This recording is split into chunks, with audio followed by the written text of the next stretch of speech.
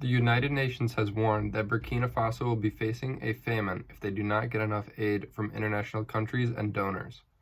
Burkina Faso, along with two other countries in the Central Sahel, Mali and Niger, have been troubled with ISIL, Al-Qaeda, and the COVID-19 pandemic, which has resulted in the displacement of thousands of their citizens. Burkina Faso has the most displaced people of these three countries, with just over 1 million. This also makes it the world's fastest displacement crisis. These factors have put Burkina Faso on the brink of a disastrous famine.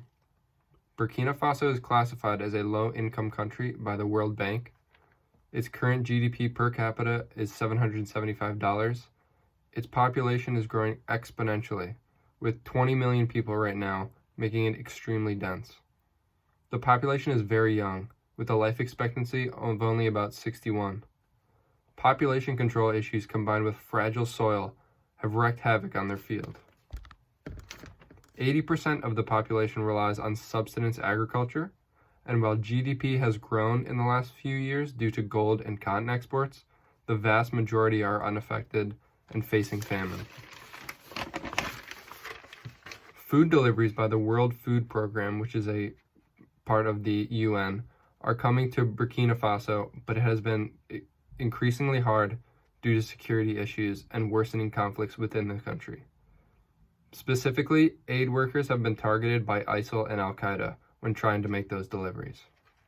The World Food Program is also working on salvaging depleting fields, feeding students, and informing citizens to prevent malnutrition.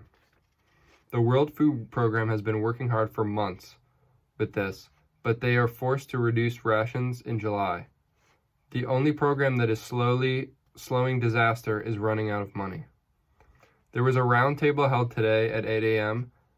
for the relief of the Central Sahel, and a quote from the International Organization for Migration Director Antonio Vitorino says,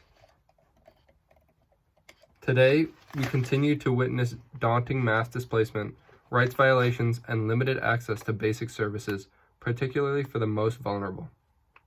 Access restrictions and attacks against aid workers have also become a serious issue.